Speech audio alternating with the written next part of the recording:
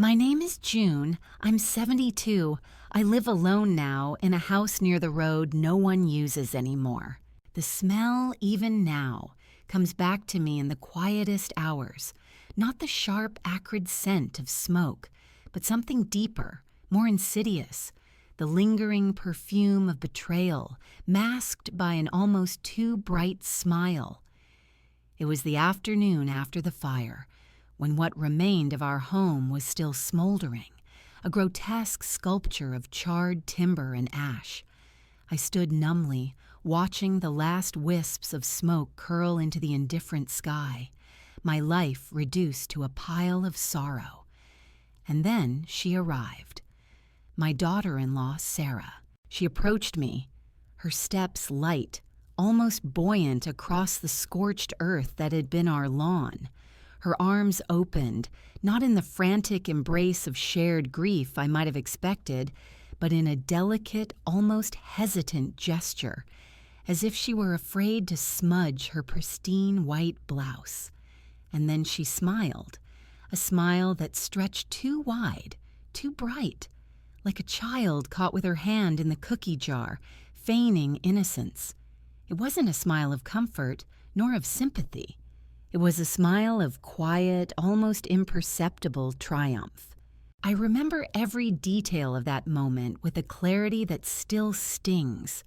The way the late afternoon sun caught the gold flecks in her eyes, making them sparkle with an unnerving glee.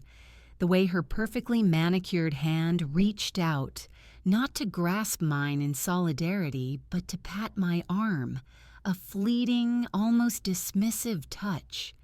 It was in that smile, that fleeting touch, that I felt the first tremor, the tiny fracture in the bedrock of my perception. Before the fire, Sarah had been, to the casual observer, the ideal daughter-in-law. Always polite, always helpful, her voice a soft melody, her presence a calming balm. She'd married my son, Michael, almost 2 decades ago, and had seamlessly woven herself into the fabric of our family, or so I thought. Looking back now, the threads were never truly seamless. There were always subtle pulls, tiny snags. My opinions, once valued, began to be gently sidestepped. My suggestions, once welcomed, were politely redirected. My stories, once cherished, became tiresome anecdotes, tolerated with a patient, yet distant nod. It began subtly with the redecoration of the living room, a space I had curated over 40 years. Sarah, with her impeccable taste and persuasive charm, suggested a fresher, more modern look. Suddenly, the heirloom sideboard, a piece my mother had treasured, felt out of place. The antique rug, a gift from my late husband, was deemed too heavy. Slowly, imperceptibly, my presence in my own home began to diminish, replaced by her aesthetic, her preferences. It wasn't outright defiance, it was a gentle, persistent erosion. Each change was presented as an improvement, a thoughtful gesture for my comfort and the family's updated style. Yet each change chipped away at a part of me, leaving me feeling like a guest in my own life. Michael, my dear son, was caught in the middle, a bewildered referee in a game he didn't understand. He loved us both, genuinely.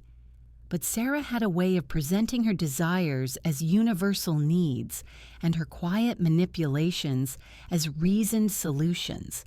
He saw her devotion, her organizational skills, her ability to make things run smoothly.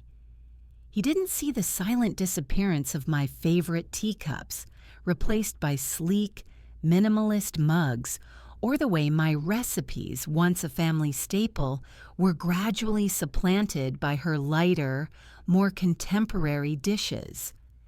My identity, once so firmly rooted in my role as mother, wife, and homemaker, began to waver, like a reflection in rippling water. The fire, they said, was an accident, an old electrical fault in the attic. My husband, bless his soul, had built that house with his own hands, every wire, every beam a testament to his love and labor. I remember standing there, staring at the rubble, a hollow ache in my chest, and then Sarah's smile, a vivid slash across the landscape of my grief. It wasn't the relief of a tragedy averted, but the quiet satisfaction of a slate wiped clean.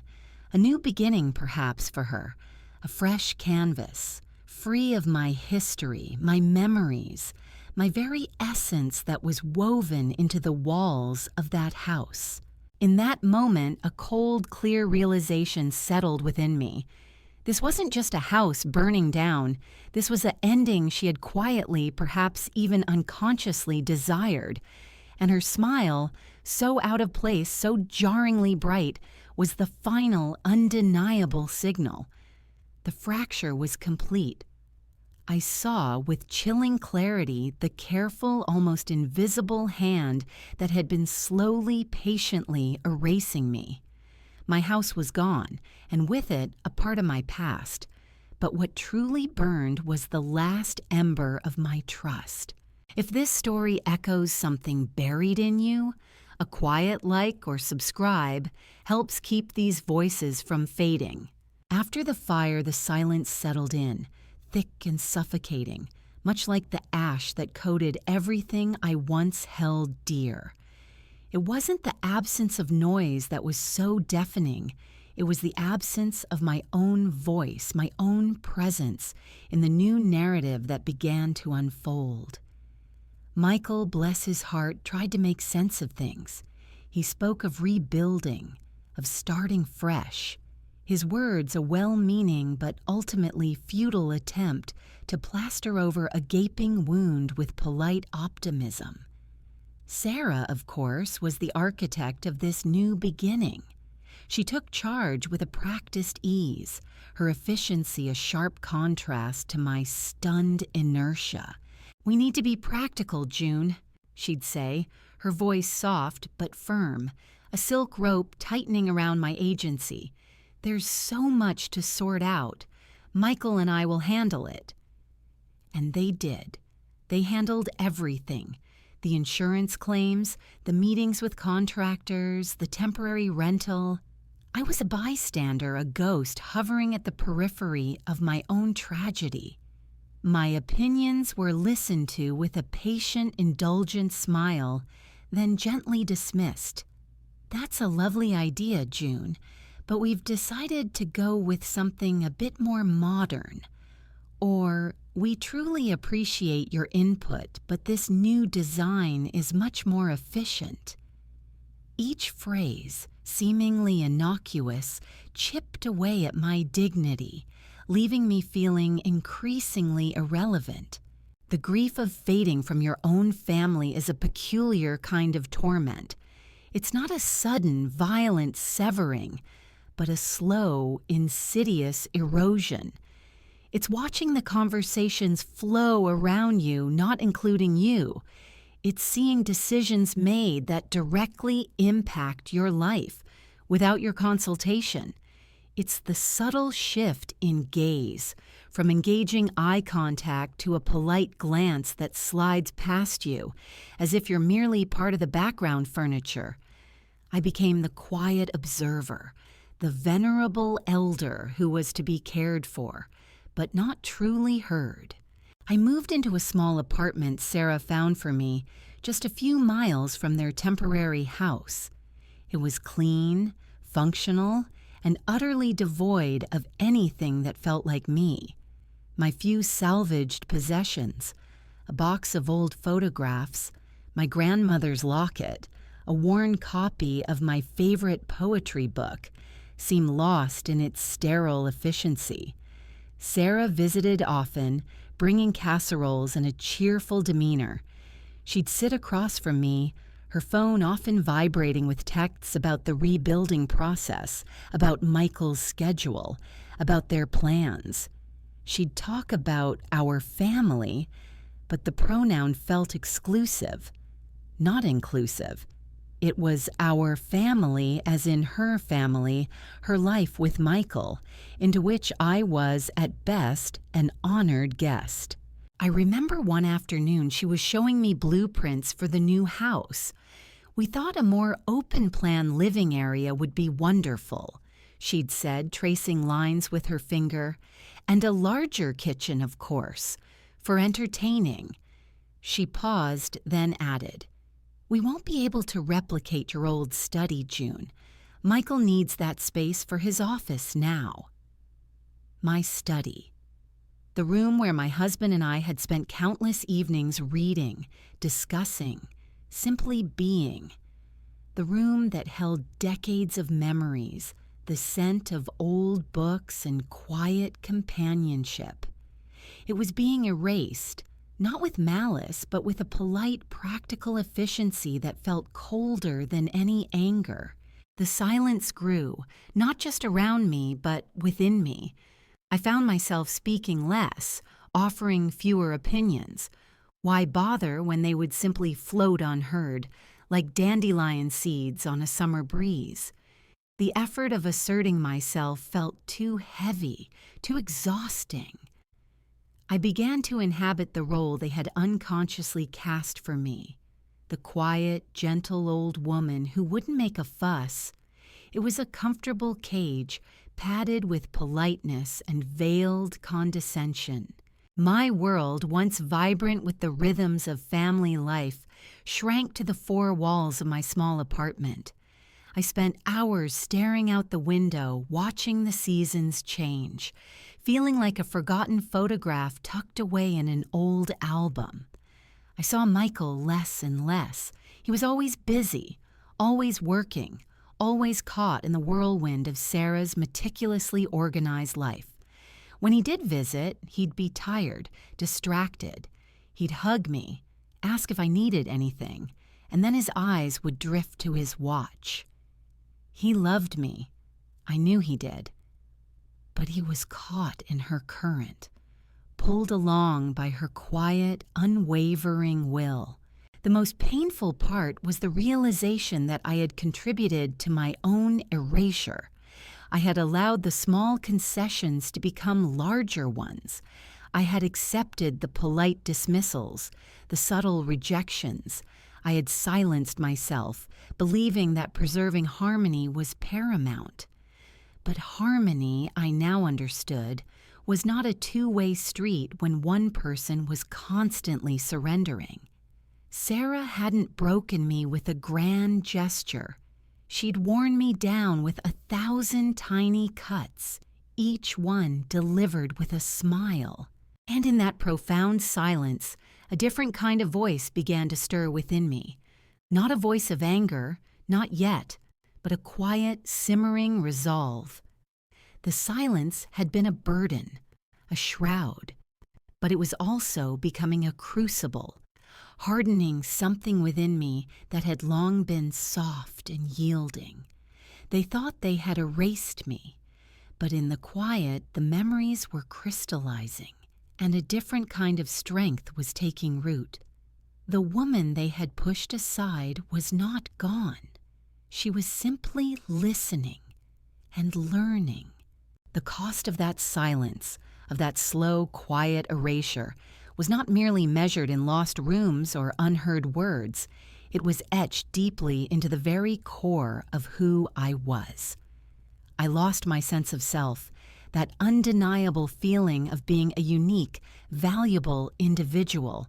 It wasn't a dramatic vanishing act, but a gradual dimming, as if a bright lamp had been systematically unplugged bulb by bulb until only a faint glow remained. My identity, once so intertwined with my role as the matriarch, the keeper of family stories, the steady presence, began to fray. I became a satellite orbiting the lives of others without a gravitational pull of my own. I lost my voice. Not literally, of course. I could still speak. But the words that mattered, the ones that carried weight and intention, seemed to evaporate before they reached my lips. There's a particular agony in having thoughts, opinions, and feelings, yet feeling utterly unable to express them, knowing they would be met with polite indifference, a dismissive wave, or worse, a gentle correction that invalidated their very existence. My voice, once a steady stream, became a hesitant trickle, then a silent pool. The silence I had cultivated to maintain a semblance of peace had become a cage, and I, its willing prisoner. Perhaps the heaviest cost was my husband, not his physical presence, for he had passed years before the fire, but his memory, his legacy within our family. Sarah's subtle redecoration hadn't just removed my belongings, it had, in a way, removed him too. The new, modern aesthetic had no place for his worn armchair, his pipe stand, the faint scent of his aftershave that used to cling to the curtains. His stories, once told with fondness and laughter, became tangential, relics of a bygone era that no one seemed to have time for anymore. It was as if his gentle, loving spirit was being quietly scrubbed from the canvas of our shared life, leaving only a blank space for Sarah's new, pristine vision. I remembered one evening after the fire when Michael was visiting me in the apartment. I mentioned a story about his father, a funny anecdote from their camping trips. Michael smiled, a vague, distant smile. "Oh, Dad," he said, and then, almost immediately, launched into a story about a recent outing he'd had with Sarah. It wasn't intentional malice on his part. It was a simple shift in focus, a natural inclination towards the present, towards the vibrant, organized life Sarah had created for him. But for me, it was another small death, a quiet erasure of a man who had been the very sun of my world. The youth I had shared with him, the dreams we had built together, seemed to fade further with each unshared memory. My trust, too, became a casualty, not just trust in others, but in my own judgment. I began to doubt my perceptions, to question whether I was being overly sensitive, overly sentimental. Sarah was so outwardly kind, so unfailingly polite. How could someone so seemingly benevolent inflict such quiet pain? I would replay conversations in my mind, searching for the overt slight, the cutting remark, but there was never one. Only the soft, relentless pressure, the gentle redirection, the smile that didn't quite reach her eyes. It was a form of gaslighting, perhaps, though I didn't have the word for it then. I just knew I felt perpetually off balance, questioning my own reality. The loss of trust extended to my relationship with Michael. He was my son, my only child, the boy I had raised with boundless love and fierce protection. Yet he seemed oblivious to the subtle shifts, the quiet undermining.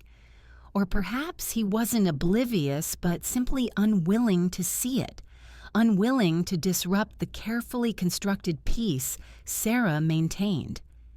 This realization was a bitter pill to swallow. The bond I thought was unbreakable, forged in the fires of unconditional love, felt stretched and thin, almost translucent. He was there, but he wasn't truly there for me, not in the way I desperately needed him to be. My once clear sense of purpose became muddled. What was I, if not a mother deeply connected to her son, a widow honoring her husband's memory, a woman whose home was a sanctuary of shared history? When those pillars crumbled, I was left adrift, a ship without a rudder. The days stretched long and empty, punctuated only by Sarah's dutiful visits or Michael's hurried calls. I found myself clinging to small routines, repetitive tasks that offered a semblance of control in a life that felt increasingly out of my hands. I would rearrange my few books on the shelf, polish the locket until it gleamed, trace the faded faces in the old photographs. These small acts were a desperate attempt to anchor myself, to prove that some part of me still existed. The silence that had initially felt like a safe retreat, a way to avoid conflict, had become a desolate wasteland. It was here, in this barren landscape of loss, that a profound shift began. The grief of fading, the ache of being erased, started to transmute. The quiet acceptance began to harden into something else entirely. It was a cold, steady anger, not explosive or dramatic, but deep and unyielding. It was the anger of a woman who had been made to disappear and who was now, in the quiet solitude of her own making, slowly, deliberately, planning her return. The cost had been immense, but in its very immensity it had forged a new resolve. The silent void was beginning to hum with a nascent power. The turning point wasn't a sudden flash of insight, but a slow, almost imperceptible hardening, like clay drying in the sun. It began in the stillness of my small apartment, in the hours I spent tracing the lines of old photographs, each faded image a vivid memory of a life that felt increasingly distant. The silence, which had once felt like a form of suffocation, began to transform. It stopped being a burden and started to become a shield, a cloak beneath which I could think, observe, and most importantly, plan. I began to see Sarah not as an innocent, well-meaning woman, but as a master of quiet control. Her smiles, her polite suggestions, her efficient management, all of it was a finely tuned performance. She wasn't overtly malicious. Her methods were far more insidious. She simply removed obstacles, and I, it seemed, had become her most significant one.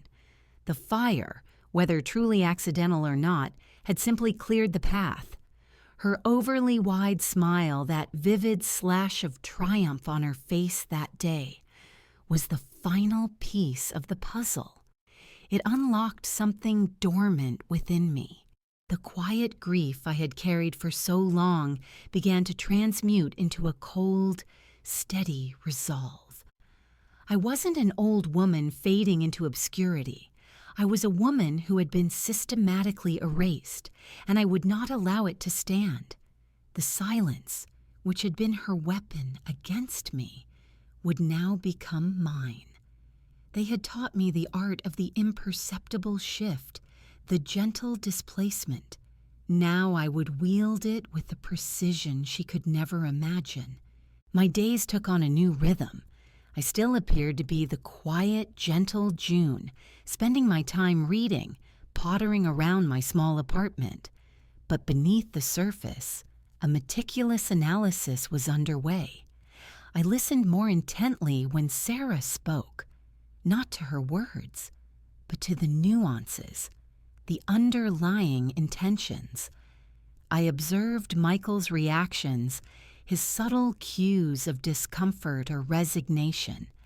I pieced together fragments of information, much like a detective assembling clues from a forgotten crime scene. I started small.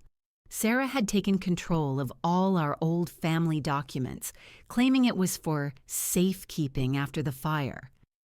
"It's easier for me to manage the filing, June," she'd said, gathering boxes of my husband's papers, our financial records, even old letters. I'd nodded, seemingly compliant, but then quietly I asked for specific documents, one at a time, always with a plausible reason. A tax record from a specific year, a deed to a forgotten piece of land, a copy of my husband's will, just to refresh my memory. Each request was met with a slight hesitation from Sarah, a flicker of annoyance, but she couldn't refuse without appearing unhelpful. And each time I'd carefully make a copy, then return the original, feigning forgetfulness about the copy. This wasn't about the documents themselves. It was about regaining control, one tiny piece at a time. It was about observing her patterns, her vulnerabilities. I noticed her meticulous organization, her reliance on digital files, her tendency to dismiss anything she deemed old-fashioned or irrelevant. This was the weak point in her armor. She was so focused on the grand, visible gestures of control that she overlooked the quiet, subtle movements in the shadows. I began to read about financial law, about trusts and estates. My husband had been a careful man, and his will, though seemingly straightforward, had layers of provisions I had never fully understood. I sought out a quiet, unassuming lawyer, a distant cousin of a friend, someone Sarah would never suspect. I presented myself as a grieving widow, simply trying to sort out her affairs. The lawyer, a kind woman named Eleanor, listened patiently. She didn't see a frail old woman.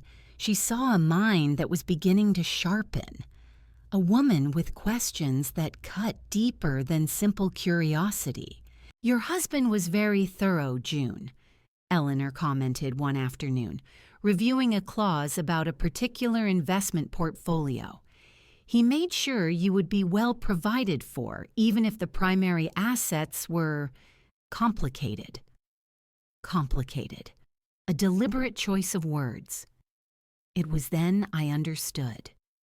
My husband, bless his foresight, had anticipated scenarios, had built layers of protection into his arrangements that Sarah, in her rush to simplify and modernize everything, had likely overlooked or dismissed as cumbersome. The turning was complete. The silence had ceased to be protection. It had become a weapon. Not a weapon of overt destruction, but one of careful, deliberate restructuring. Sarah had erased me from the family narrative, had taken over my home, had attempted to diminish my very existence.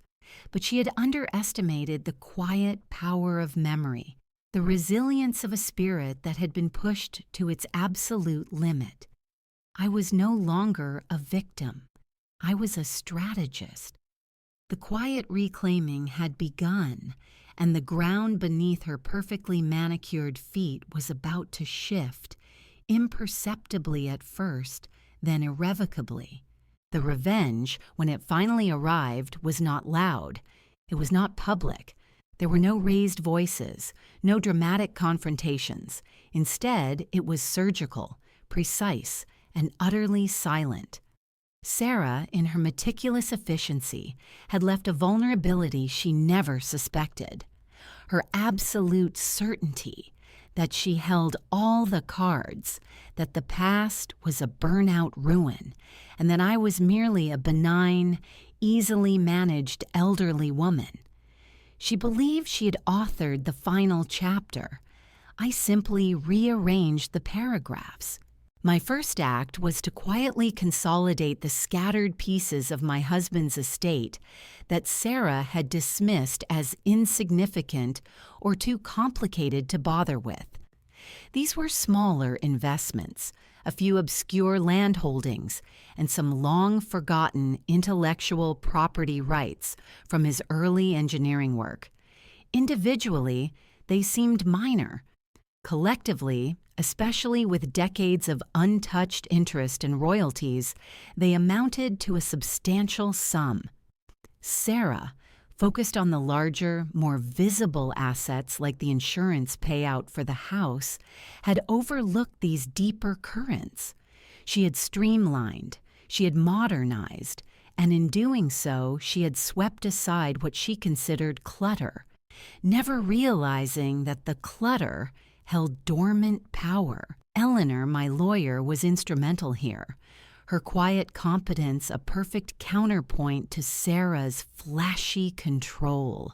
We worked slowly, methodically, ensuring every transaction was legally unimpeachable, every transfer of ownership seamless and untraceable, back to any overt action on my part.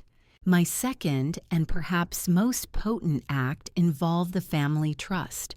My husband, a man of deep foresight, had established a complex, multi-layered trust for the continuation and welfare of the family lineage.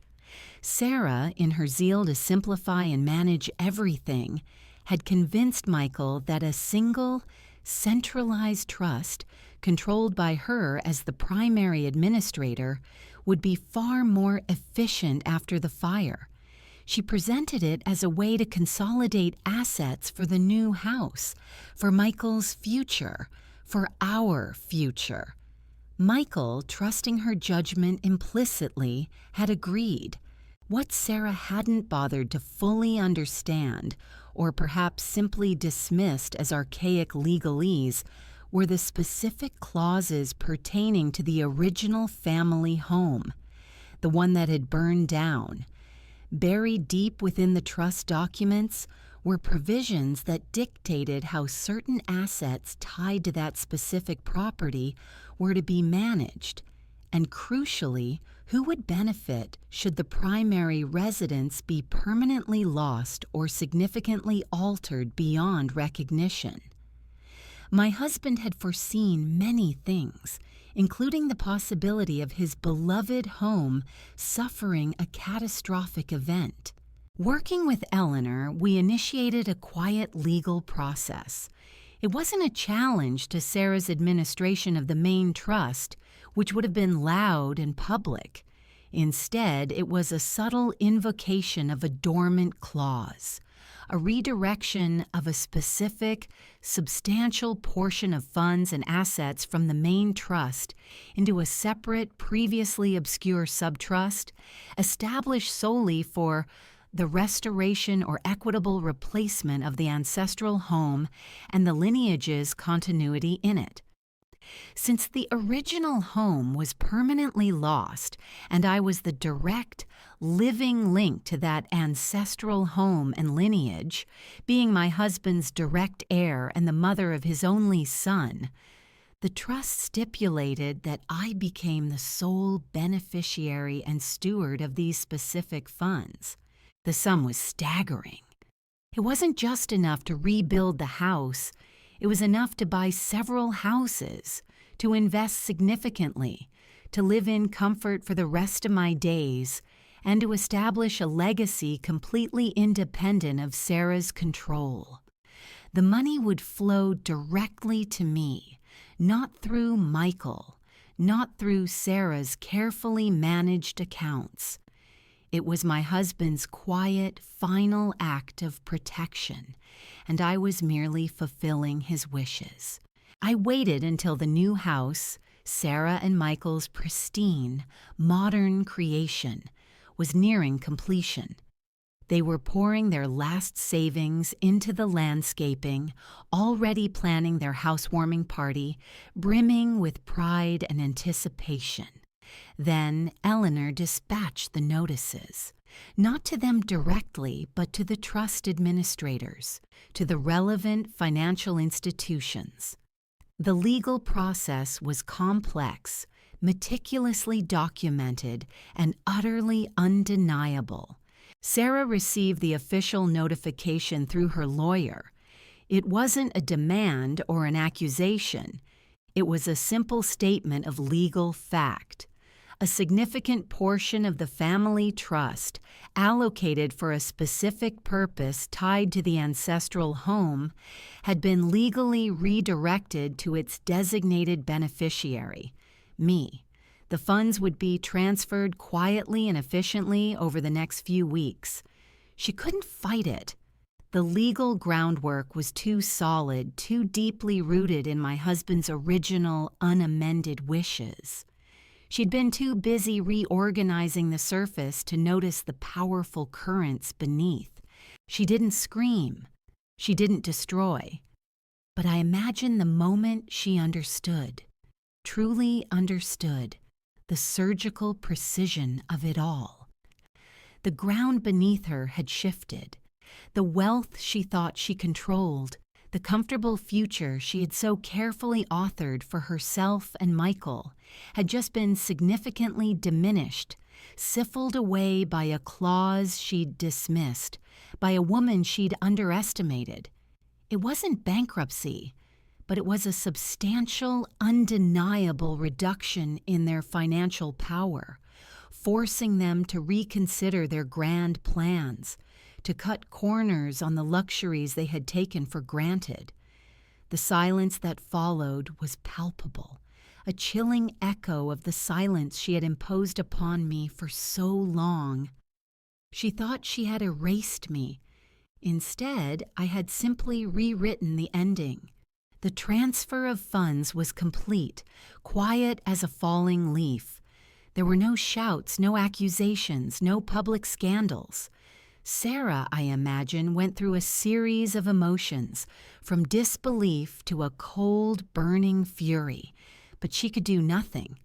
The legal framework was ironclad, a testament to my husband's foresight and my own meticulous planning.